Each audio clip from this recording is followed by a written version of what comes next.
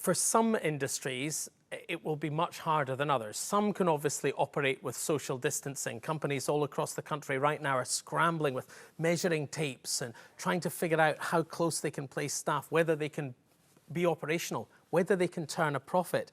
But for the arts, this is really hard because the arts depends on people coming close together. Today we saw Edinburgh's Royal Lyceum Theatre, which has operated since 1883, being mothballed. They're saying it probably won't be open until next spring. 2/3 of the staff are at risk.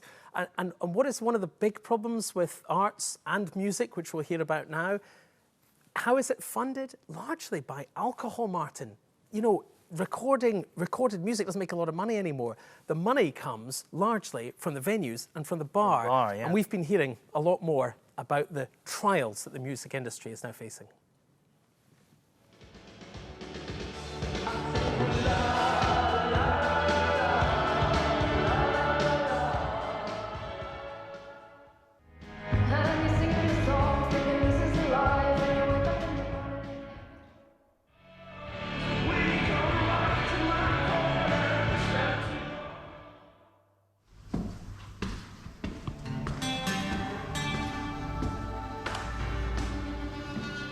We are living in the age of silence. Once we flocked together, but now we huddle at home. Our halls, our clubs, our bars lie hushed and empty. Going to a gig in a venue like this is a shared, intimate experience. You're packed in here with a couple of thousand strangers, maybe a few friends. You're close to the band. The atmosphere really matters. So it's very difficult to see how any of that is going to happen again anytime soon. Well, it's basically it's the heartbeat of the place. It's the bloodline. The people coming in. It brings it alive, and it's what makes the Barras the Barras. People the packing them in packing together. in it adds to everything. You know, the place just comes alive. Do you know the road I must follow? The fox's cries will echo through the silver dawn. Are you worried that there will be long-term damage to the music scene in Scotland from this period?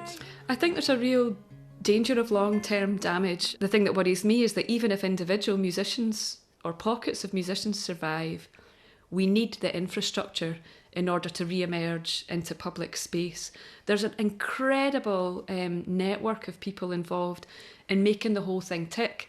And musicians, we as musicians ourselves, are just the front-facing aspect of that. We need all these other people. Let your worries age and fade away. There are times where through in the studio we'll have 20 musicians all sitting beside each other, and there is no other way of recording that kind of music. If it's a jazz big band or a string section, you can't record these things one person at a time.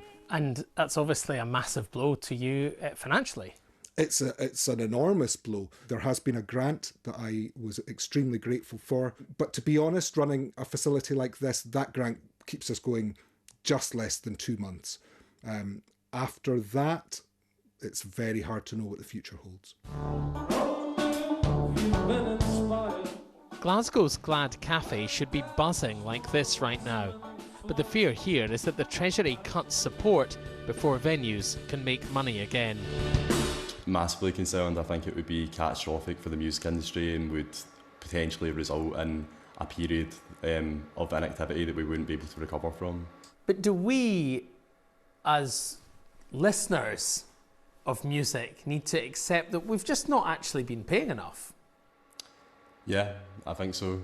There has to be a degree of reflection on consumers and thinking about how they value music, you know, what the social and cultural value they place on it. Surely there should be a fair economic value that's placed on it as well, because without that it can't be sustained.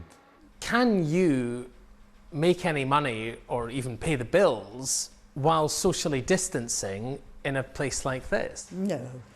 It would be very hard. We run on a sugary peg anyway.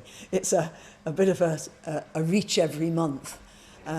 So to be having much fewer customers in, gigs with only a few people in, would just ruin the business. We could not survive. We know that. Where are people looking for comfort and solace? They're looking to music and film and television and books. Literally millions of us are being sustained by those products of creative activity. Do you know